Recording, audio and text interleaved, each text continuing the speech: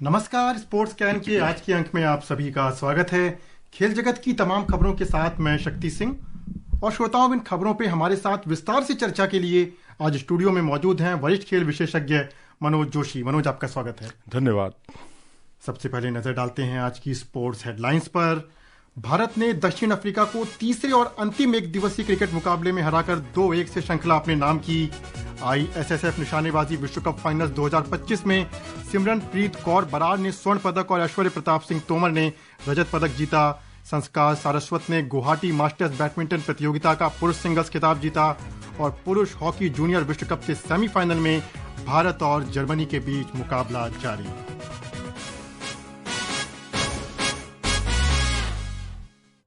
भारत ने दक्षिण अफ्रीका को कल विशाखापत्तनम में खेले गए तीसरे और अंतिम एक दिवसीय क्रिकेट मुकाबले में 9 विकेट से हराकर श्रृंखला 2-1 से अपने नाम कर ली। एक रिपोर्ट।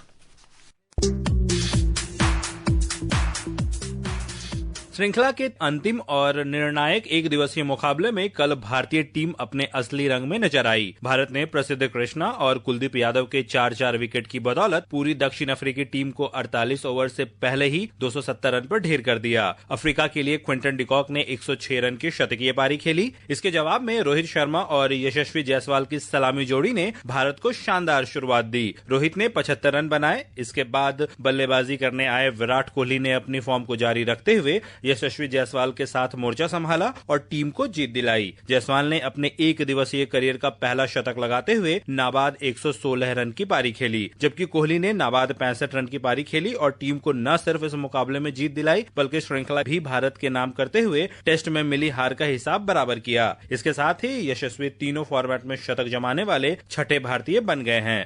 इस मुकाबले में हिटमैन रोहित शर्मा ने भी एक नया कीर्तिमान स्थापित करते हुए अंतरराष्ट्रीय क्रिकेट में 20,000 रन पूरे करने वाले चौथे भारतीय बन गए। वहीं विराट कोहली भी एक दिवसीय क्रिकेट में सबसे ज्यादा बार प्लेयर ऑफ द सीरीज का पुरस्कार जीतने वाले खिलाड़ी बने। विराट ने 3 मैचों में सर्वाधिक 302 रन बनाए। ये 12वां मौका था जब विराट एक दिवसीय क्रिकेट में श्रृंखला के सर्वश्रेष्ठ खिलाड़ी बने हैं। इसके साथ ही वे मास्टर ब्लास्टर सचिन तेंदुलकर को पछाड़ते हुए अंतरराष्ट्रीय क्रिकेट में सर्वाधिक प्लेयर ऑफ द सीरीज खिताब जीतने वाले खिलाड़ी भी बन गए हैं। अब दोनों टीमों के बीच 5 मैचों की T20 श्रृंखला 9 दिसंबर से शुरू होगी, जो कि कुछ ही महीनों में होने वाले T20 क्रिकेट विश्व कप से पहले महत्वपूर्ण साबित होने जा रही है। Prashant Kumar, sports can.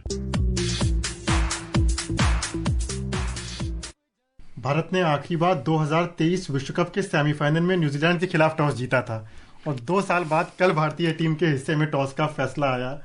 तो ये टॉस भारत के लिए सीरीज का सबसे बड़ा चेंज फैक्टर रहा, या फिर कही जाए कि भारतीय गेंदबाजी ने जो दूसरे मैच के बाद सुधार किया, चाहे वो प्रसिद्ध कृष्णा हो या फिर कुलदीप यादव हों, दोनों ने शानदार और बहुत सदी भी गेंदबाजी की और बल्लेबाजी तो लगातार भारतीय टीम की इस सीरीज में ताकत रही।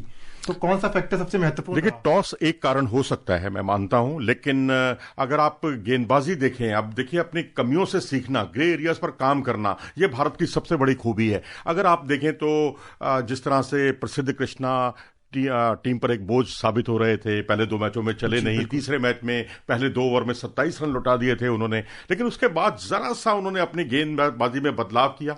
वो जानते थे कि अब हिट द डेक से बात बनने वाली नहीं है। उन्होंने लेंथ को आगे रखा और उसी का उन्हें पारितोषिक मिला, उनको इनाम मिला और खूब उन्होंने 4 विकेट भी चटकाए।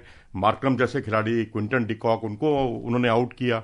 इसी तरह से कुलदीप यादव को देखें तो मैं KL राहुल को बधाई दूंगा इस बात के लिए, बहुत सदी हुई उनकी कप्तानी थी और उन्होंने कुलदीप यादव के ओवर बचाकर रखे हुए थे। तो ये अपने आप में बहुत बड़ी बात है कि उन्होंने अपनी लेंथ जो है, क्योंकि ओस थी तो लेंथ को थोड़ा सा पीछे रखा और ये बहुत कारगर साबित हुआ। जी बिल्कुल। और भारत की जीत से बड़ा जो फैक्टर जिसपे सबकी नजरें थी कि 3 मैचों के लिए हमें विराट कोहली और हिटमैन की जोड़ी देखने को मिलेगी, तो इनकी परफॉर्मेंस पे बात की जाए, जो कि लगातार चर्चाएं हो रही थी। दावेदारी अगले विश्व कप के लिए हैं जो 2 साल बाद खेला जाना है 2027 में। कितना ये लोग उस चुनौती पे, फिटनेस के मापदंडों पे और परफॉर्मेंस पे खरे उतरे दिखे? देखिए, मैं तो कहूंगा पहले विराट कोहली से अगर आप बात करें तो सिडनी में, क्योंकि ऑस्ट्रेलिया में 2 मैचों में वो चले नहीं थे, लेकिन सिडनी मैच जो है एक टर्निंग पॉइंट साबित हुआ और वहां वो चले तो ऐसे चले कि यहां 2 सेंचुरी और 1 हाफ सेंचुरी। हर कोई बस यही कह रहा था, हम भी दुआ कर रहे थे कि आज साउथ अफ्रीका कुछ इस मैच में ज्यादा रन बना देता, शायद इनकी भी सेंचुरी, तीसरी सेंचुरी ये बनाते और सचिन के रिकॉर्ड की और करीब तक पहुंचते 100 सेंचुरी के रिकॉर्ड को। हालांकि बहुत मुश्किल काम है वो, लेकिन अपने आप में मैं कहूंगा कि विराट कोहली ने समा बांध दिया, जैसा चाहा वैसा उन्होंने शॉट लगाए। और वहीं रोहित शर्मा देखें, हिटमैन, उनका जो बल्ला है, उन्होंने थोड़ी अपनी स्ट्रेटेजी में बदलाव किया है। दोनों ने स्ट्रेटेजी में बदलाव किया है। विराट कोहली इतने आक्रामक 7-7 छक्के एक मैच में लगाते हुए अपने वनडे में तो उनको नहीं देखा होगा, अमूमन नहीं लगाते थे, लेकिन यहां 7 छक्के एक मैच में उन्होंने लगाए। छक्के लगाने लगे हैं, तेज खेलने लगे हैं। एक मौके पर तो एक मैच में सबसे ज्यादा स्ट्राइक रेट उन्हीं का था। रोहित शर्मा को देखें, वो अब जो कप्तान के तौर पर वो इंपैक्टफुल पारियां खेलते थे, अब वो उससे बिल्कुल अलग हट गए हैं। अब वो लंबी पारी खेलने के फिराक में रहते हैं। अब वो लंबी पारी खेलेंगे तो लंबा स्कोर खड़ा करेंगे। अब हो सकता है कि उनकी जो नई स्ट्रेटेजी है, इससे आपको रोहित शर्मा के बल्ले से कई सेंचुरीज आने वाले समय में देखने को मिले। जी बिल्कुल, ये कह सकते हैं, आपने कहा कि बदलाव किया, हम ये भी कह सकते हैं कि दोनों ने अपनी तकनीकों में आपस में अदला बदली कर ली कि अब मैं थोड़ा समय लेता हूं और आप मेरी तरह आक्रामक रन बनाइए, जिस तरह कल देखने को मिला। बिल्कुल डिफेंस करते हुए दिखाई दिए रोहित शर्मा। और यशस्वी को देखिए, मैं तो कहूंगा एक बेंच स्ट्रेंथ हमारी तैयार हो रही है बहुत अच्छी, यशस्वी जायसवाल और ऋतुराज गायकवाड़ के रूप में। अभी तो शुभमन गिल नहीं है, श्रेयस अय्यर नहीं है, इनको मौके मिल गए और उस मौके को इन्होंने दोनों हाथों से बुनाया, दोनों ने सेंचुरी बनाई। तो ये भविष्य के लिए बहुत अच्छा संकेत है अपनी बेंच स्ट्रेंथ को और ज्यादा मजबूत करने के लिए। जी बिल्कुल, यहां से खेल प्रेमियों को उम्मीद होगी कि आने वाली 5 T20 मैचों की श्रृंखला में भारतीय टीम शानदार खेले और 11 जनवरी को एक बार फिर जब ये दोनों खिलाड़ी मैदान पर उतरेंगे न्यूजीलैंड के खिलाफ, तो एक शानदार मैच देखने को मिले। दोहा में जारी ISSF निशानेबाजी विश्व कप फाइनल्स 2025 में सिमरनप्रीत कौर बरार ने आज महिलाओं की 25 मीटर पिस्टल फाइनल में स्वर्ण पदक जीता, जबकि ऐश्वर्य प्रताप सिंह तोमर ने पुरुषों के 50 मीटर 3 पोजीशंस में रजत पदक जीतकर दिन की शुरुआत की। एक रिपोर्ट। सिमरनप्रीत ने महिलाओं के फाइनल में 41 का स्कोर करते हुए यांगजिन के जूनियर विश्व रिकॉर्ड की बराबरी की और दिन का पहला स्वर्ण पदक अपने नाम किया। वहीं ऐश्वर्य ने 413.3 अंक हासिल किए और रजत पदक जीता। वे चेक गणराज्य के जिरी प्रीव्रात्स्की से पीछे रहे, जिन्होंने 414.2 अंक के साथ स्वर्ण पदक जीता और नया विश्व रिकॉर्ड बनाया। चीन के लिए यूकुन ने कांस्य पदक जीता। ये ऐश्वर्य का 7वां ISSF विश्व कप पदक है। जोरावर सिंह संधू ने भी पुरुषों की ट्रैप स्पर्धा के फाइनल में प्रवेश कर लिया है। वे कल पदक के लिए निशाना साधते नजर आएंगे। इससे पहले भारत की सुरुचि सिंह ने कल महिलाओं की 10 मीटर एयर पिस्टल स्पर्धा में स्वर्ण पदक जीता, जबकि उनके साथी संयम ने रजत पदक हासिल किया था। वहीं पुरुषों की 10 मीटर पिस्टल स्पर्धा में सम्राट राणा ने कांस्य पदक जीता था। Vaishnavi, sports scan.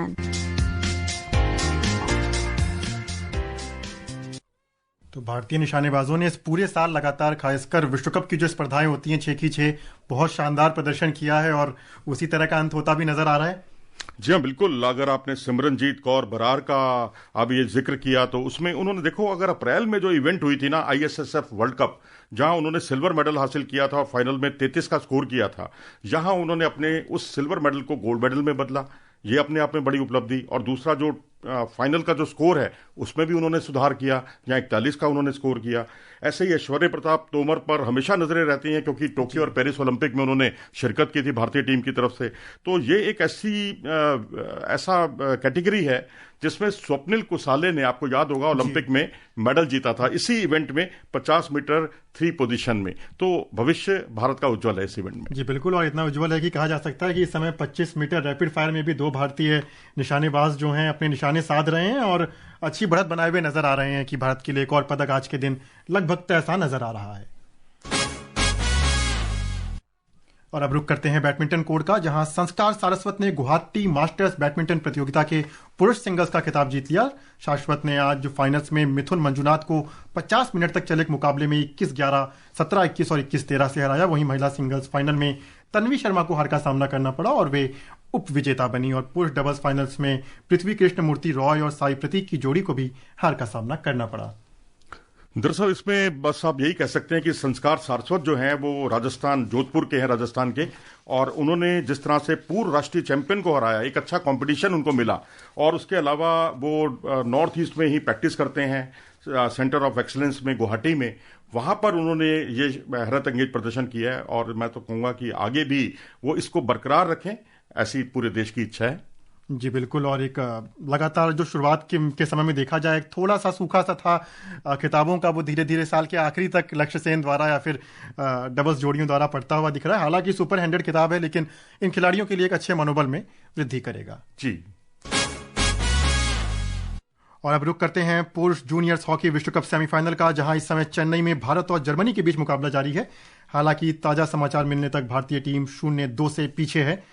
तो जैसा कि हमने बेल्जियम के साथ क्वार्टर फाइनल में देखा कि पहले 1-0 से पीछे और एक शानदार कमबैक, वो खामियां जहां पे हम लोग पेनल्टी कॉर्नर में पीछे नजर आते थे, वहां पे भारत ने अच्छा किया और असली मुकाबला तो यही जारी है। देखिए, शुरुआत जो है उनको जो बहुत ताबड़तोड़ तरीके से जो अटैक उन्होंने किए हैं जर्मनी ने आज, और उसमें खासकर पेनल्टी कॉर्नर बहुत जल्दी जुटाया और उसके बाद इनडायरेक्ट पर उन्होंने पेनल्टी कॉर्नर को गोल में बदलने की कोशिश की और वहीं एक ऑब्स्ट्रक्शन हुआ गंभीर रूप से और फिर पेनल्टी स्ट्रोक मिला और पेनल्टी स्ट्रोक पर उन्होंने पहला गोल किया और उसके बाद दूसरा गोल भी उसके तुरंत बाद हुआ। तो इस तरह से 2 गोल से पिछड़ना एक संकट की घड़ी जरूर है, क्योंकि 2023 का हमें जो कड़वी यादें हैं वो हम भूल नहीं सकते।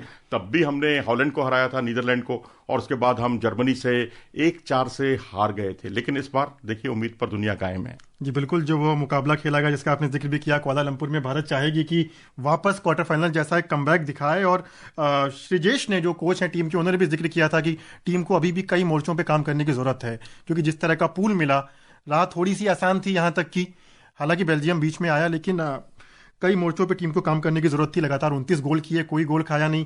तो असली परीक्षा की घड़ी तो ये चल रही है टीम के लिए। बिल्कुल, स्कोरिंग पावर भारत ने अच्छी दिखाई, क्योंकि ये भी बात सही है, आपने सही कहा कि वो कंपटीशन भारत को वैसा नहीं मिला, क्योंकि चिली, स्विट्जरलैंड, ओमान की वो पहचान नहीं है अंतर्राष्ट्रीय हॉकी में।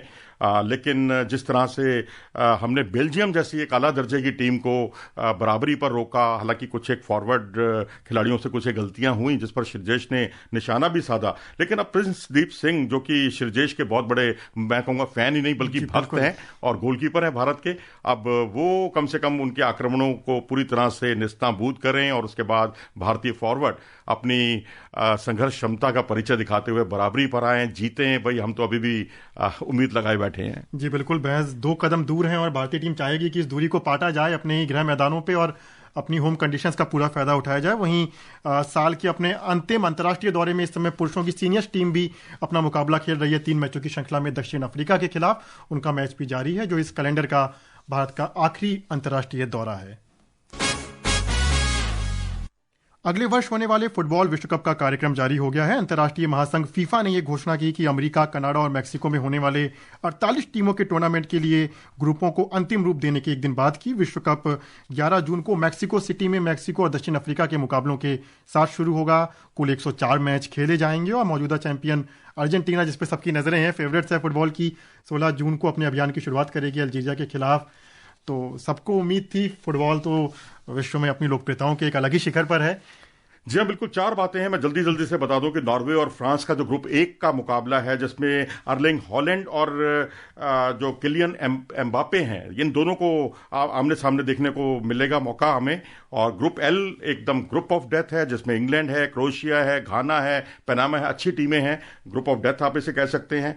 अगर अर्जेंटीना ग्रुप जे से और पुर्तगाल ग्रुप K से टॉप पर रहते हैं तो 11 जुलाई को क्वार्टर फाइनल में आपको लियोनेल मेसी और रोनाल्डो आमने सामने दिख सकते हैं। जी बिल्कुल, और सबकी नजरें होंगी और वे तमाम समीकरण, जिस तरह हम लोग आईपीएल के मैचों में देखते हैं कि कुछ इस तरह के समीकरण बने कि हमारे प्रिय खिलाड़ी और प्रिय टीमें आगे आए, वैसा ही देखने को मिलेगा। और आखिरी लड़ाई जो है प्रतियोगिता की 19 जुलाई को न्यू जर्सी में होगी, जो तय करेगी कि फीफा 2026 का चैंपियन कौन होगा और कौन इस फुटबॉल के बहुप्रतिष्ठित खिताब को अपने नाम करता है। विश्व कप के 78 मैच अमेरिका में, 13-13 मुकाबले कनाडा और मैक्सिको में खेले जाएंगे।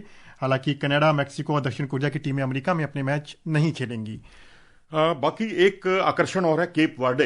वो एक ऐसी टीम हम पहले एक बार डिस्कस भी कर चुके हैं और इनको 1975 में पुर्तगाल से आज़ादी मिली थी और ये 6 लाख से भी कम आबादी है। वो यहाँ पर ग्रुप H में खेलते हुए दिखाई देंगे, जिसकी आबादी गाजियाबाद से या नोएडा से या रोहनी से भी कम है।